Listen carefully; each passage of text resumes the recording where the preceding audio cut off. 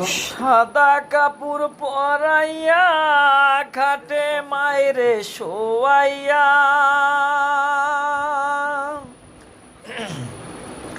সাদা কাপড় পরাইয়া খাটে মায়েরে শোয়াইয়া,